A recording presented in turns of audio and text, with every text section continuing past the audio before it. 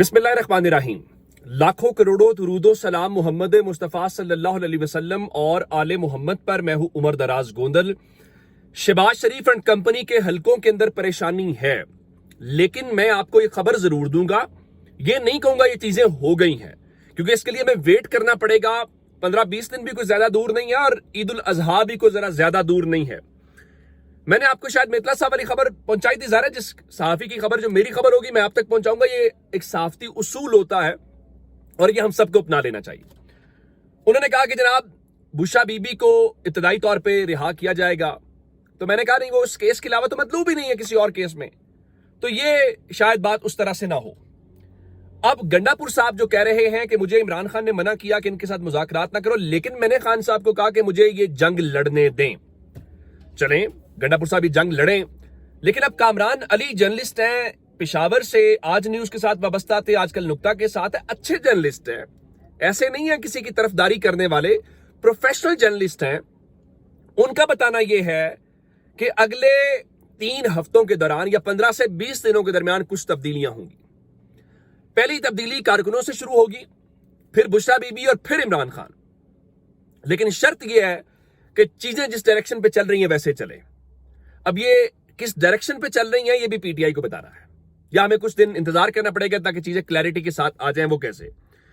उसमें पहली बात यह है कि वो कहते हैं जी तहरीक इंसाफ के जो कारकुनान हैं उनको 15 से 20 दिनों के अंदर रिलीफ मिलेगा। यानी उसमें बहुत सारे लोग हैं जो एहतजाज को लेकर गिरफ्तार थे या बाकी, लेकिन हमने ये देखा कि 26 नवंबर को गिरफ्तार होने वाले पीटीआई के जो 88 वर्कर्स हैं उनको आज इंसदादे दहशतगर्दी अदालत में पेश करके पुलिस ने 4 रोज का रिमांड लिया है। और ये वो लोग हैं साकिब बशीर साहब के मुताबिक जो ईद से 1.5 हफ्ते पहले तक पिंडी के मुकदमात में पिंडी पुलिस के पास थे, फिर जुडिशल कस्टडी में थे, और ईद से पहले इस्लामाबाद पुलिस ने भी गिरफ्तारी डाली, फिर अदालत ने शनाख्त परेड के लिए भेजा, आज 4 रोजा रिमांड भी दे दिया। तो अब इस तरह से कह देना बात का यकीन नहीं होगा जब तक आप मुकम्मल तौर पर अमल दरामद होता हुआ नहीं देखेंगे। अच्छा, वो अगली बात क्या बता रहे हैं? दूसरा मरहला यह है कि अगले चंद दिनों के अंदर बुशरा बीबी की जो है वो रिहाई का इम्कान। इसमें एक और जर्नलिस्ट ने दावा किया, उनका कहना यह था कि हुआ यह कि ये जो खान का केस और बुशरा बीबी का केस ईद के बाद ले जाया गया है, वजह यह है कि खान साहब ईद से पहले नहीं माने तो शायद आगे डिले चला गया। अब कामरान साहब के मुताबिक अगले मरहले में तीसरी सतह के ऊपर ईद उल अजहा तक इमरान खान की रिहाई हो सकती है। अब ये बहुत बड़ा क्लेम है, बहुत बड़ी खबर है। अगर ऐसा होता है इसका मतलब क्या होगा? इसका मतलब है कि ये जो पूरे का पूरा आपने एक अरेंजमेंट किया हुआ इसका बेड़ा गर्क हो जाएगा। और फिर आप देखेंगे कि मुस्लिम लीग नून की टोन क्या होती है, पीपल्स पार्टी की टोन क्या होती है, क्योंकि अवामी सतह के ऊपर तो उनके पास सपोर्ट नहीं है, उनके पास आ जाके हुकूमत ही है या एस्टैब्लिशमेंट की सपोर्ट है। तो अगर वो भी जाती रही फिर क्या करेंगे, फिर क्या होगा? ये एक इंपॉर्टेंट डेवलपमेंट है।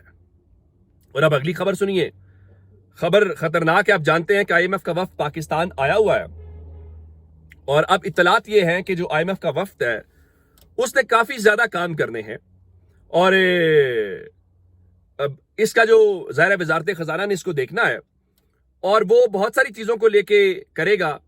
तो इत्तलात ये हैं कि जो वजारत खजाना के जराए ये कहते हैं जी जो आईएमएफ का वफ्द है उसका कोई तहरीरी शेड्यूल जारी नहीं किया जाएगा, ताकि लोगों को पता ना चले आईएमएफ किस किस से मिल रहा है। एक तो पाबंदी होगी ना ये। तो फिर इसका हल क्या निकाला गया है?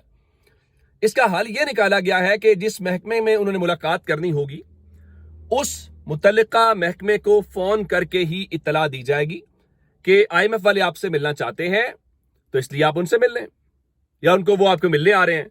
लेकिन इस तरह करने से आप क्या समझते हैं कि लोगों को पता नहीं चलेगा, या लोग कहेंगे कि आईएमएफ का वफ्द पाकिस्तान आया नहीं हुआ?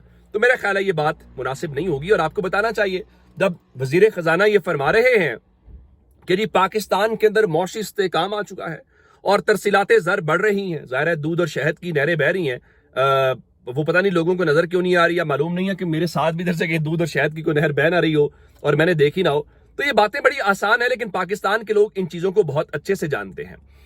और चूंकि हुकूमत में रहने वाले सभी कुछ शायद ऐसा ही समझते हैं। उसकी एक मिसाल काजी फायज ईसा اقتدار سے نکلے وہ میں اور نرگسیت کا مارا وہ شخص جس نے اپنی عدالت میں جس طرح سے بیہیو کیا وہ میرے خیال ایک جج کے شایان شان نہیں تھا، ایک مسخرے کا کردار ادا کیا.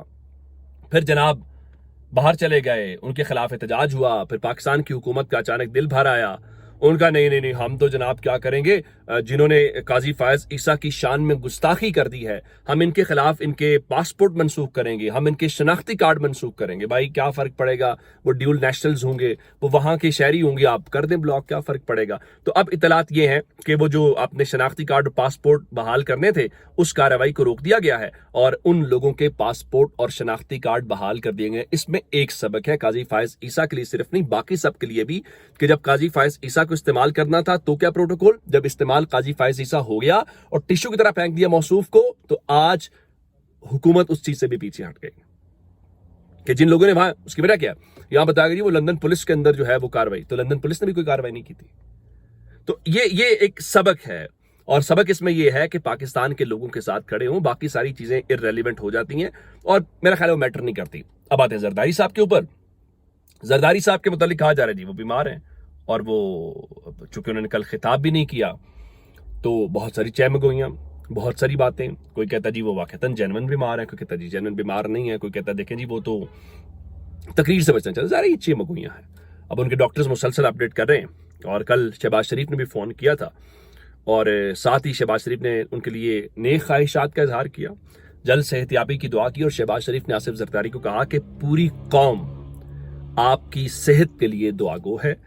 میرا خیال ہے کہ پوری قوم نے مسئلے ڈالے ہوئے ہیں، اور شہباز شریف صاحب کو چاہیے کہ آپ ایک شاہی آرڈر جاری کر دیں کہ آگے جمعۃ المبارک جب آئے، ایک تو چلیں کل گزر گیا، تو مساجد میں اجتماعی دعا کرائی جائے زرداری صاحب کی صحت یابی کے لیے.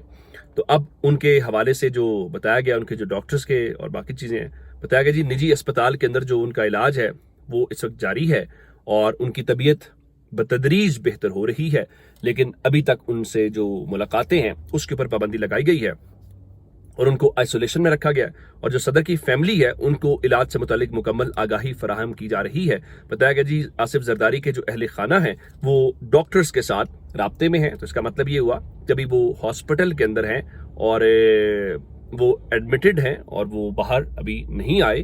یا بہت سارے لوگ تو اب یہ بھی کہتے ہیں کہیں ایسا نہ ہو کوئی زرداری صاحب اگر واقعتاً اس نہج کے اوپر ہیں یا ایسی صحت ان کی ہے جو ان کے ساتھ نہیں دے رہی، اللہ تعالیٰ ان کو صحت یاب کرے. ہر انسان کے لیے صحت یابی کی دعا کرنی چاہیے. تو کیا پھر وہ صدارت کا عہدہ سنبھال کے رکھیں گے یا وہ ریزائن کریں گے اور وہ کسی اور صحت مند شخص کو موقع دیں گے؟ لیکن اس بارے میں ہم نے اخبارات میں پچھلے ایک دو دن میں خبریں دیکھی ہیں جن میں کہا گیا ہے کہ نہیں جی زرداری صاحب عدالت کے باوجود اپنے کارہائے منصبی جو ہے وہ انجام دیتے رہیں گے جس کا انہوں نے اوتھ لیا ہوا ہے. لیکن پاکستان میں یہ تو ہم نے تو اس سے زیادہ بھی ڈیتھ بیڈ والوں کو بھی پاکستان میں دیکھا اقتدار نہ چھوڑتے ہوئے. تو پاکستان میں اگر کوئی بیمار ہو وہ یا وہ سمجھے کہ وہ فٹ نہیں ہے یا اس پوزیشن پہ نہیں ہے یا اس کیپیسٹی میں نہیں ہے جہاں پہ اپنی ڈیوٹیز پرفارم کر پائے، ہمارے ہاں رواج نہیں ہے.